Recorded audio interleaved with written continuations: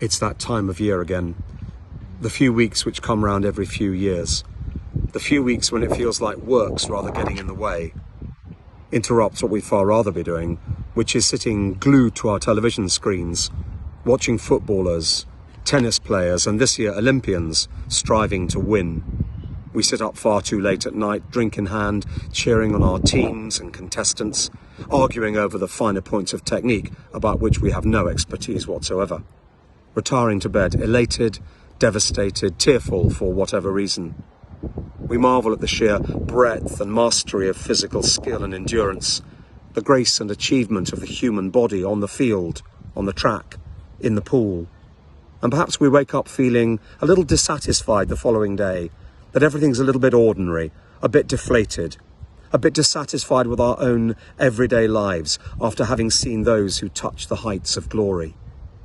I, who share all of these feelings and have discovered sports that I never knew I'd become addicted to, whoever thought that mountain biking could be so riveting?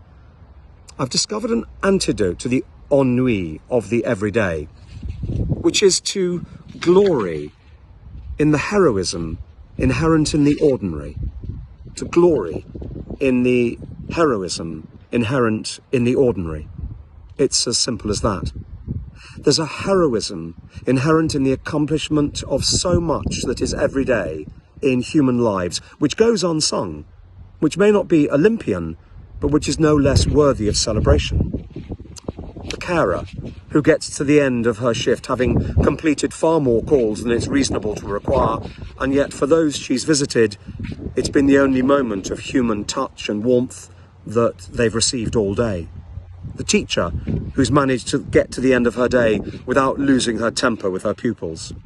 The parent who's completed myriad tasks from sorting socks to chauffeuring to putting food on the table and yet can kiss her children goodnight with gratitude that they are hers.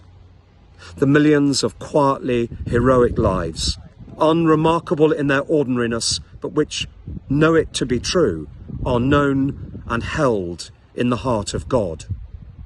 Are not 5 sparrows sold for 2 pennies, yet not one of them is forgotten in God's sight.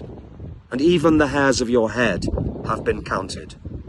Do not be afraid. You are of more value than many sparrows.